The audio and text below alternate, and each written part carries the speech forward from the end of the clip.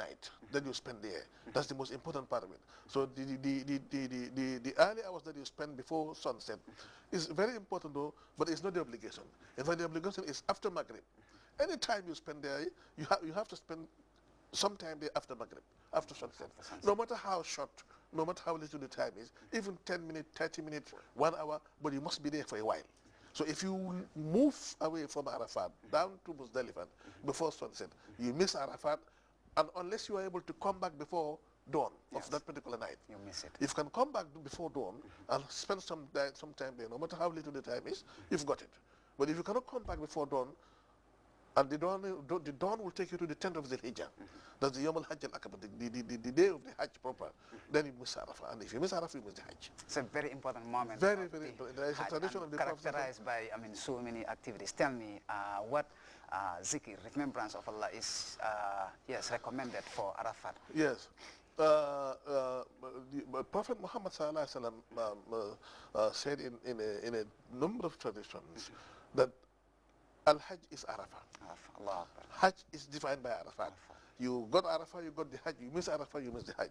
And again, when it comes to the prayers, the formulas are many. You are not bound by any formula.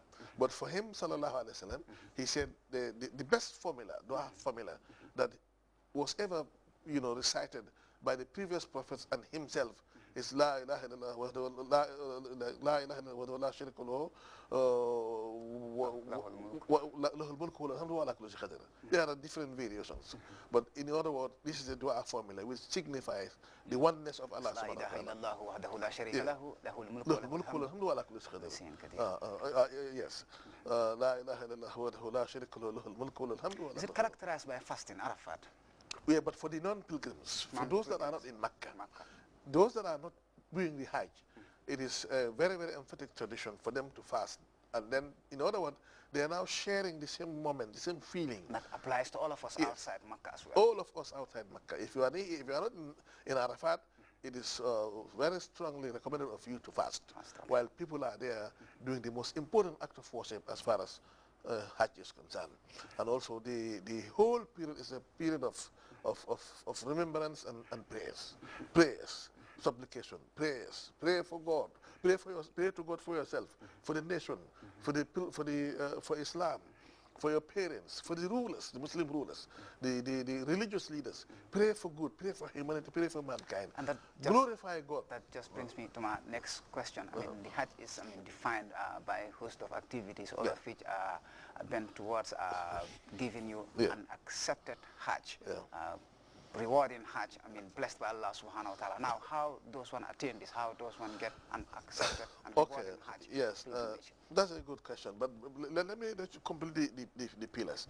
The third pillar is the major tawaf. The major tawaf. That is the circumambulation of the Kaaba, which happens on the 10th day of Dhul Hijjah. Then the circulation between Safa and Marwa. These are the 4 pillars of Hajj.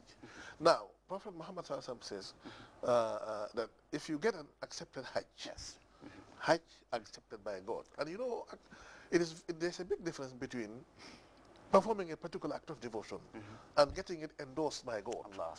Because once you get it endorsed by God, that means the reward is there for you. And this is the ultimate objective. That's the ultimate objective. In most instances, we do so many things. The moment we do, that's the end of it. It's not endorsed, it's not accepted, you miss it.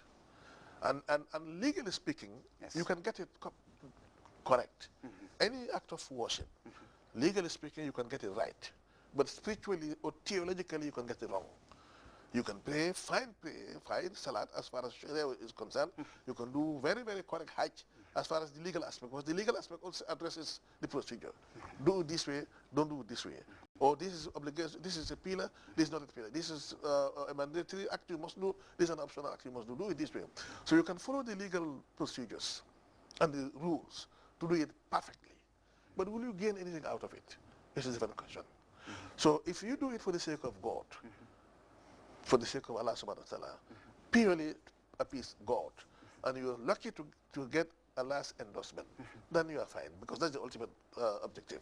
And Prophet Muhammad said that an accepted Hajj has only one reward.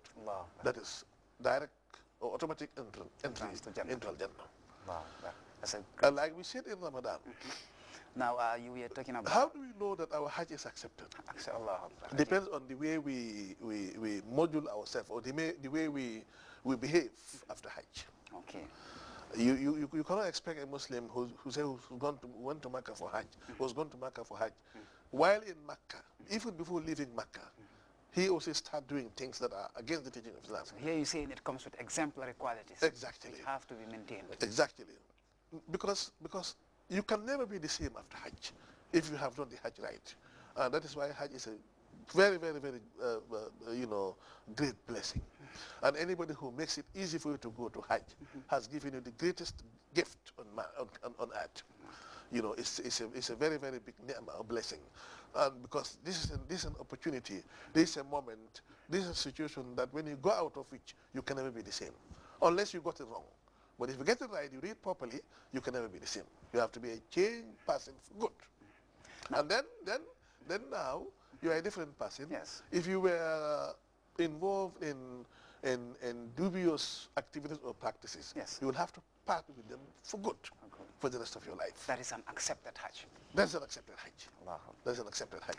Now, I want to ask you, it's certainly an engaging journey, and a lot of it comes with a lot of activities. Yes. Yes, tedious and really hectic. Yes. But what actions actually negate Hajj, rendering it null and void? You mentioned something which is typical of Hajj. Hajj is difficult, it's tedious, it's hectic. It's hectic. And before you make up your mind to go to Hajj, you must have this at the back of your mind, that this is not an easy task or journey. It is not a piece of cake on a silver plate. You have to suffer for it. You have to exhaust energy. You have to exhaust money, material. Usually the most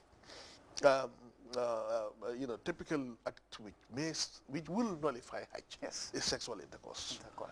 If sexual intercourse happens anywhere after the Ihram and before the end of the Hajj, the Hajj is spoiled. And you know Hajj... You said it's absolutely forbidden it's completely, and it spoils it. Okay. And you know Hajj is only 3 days.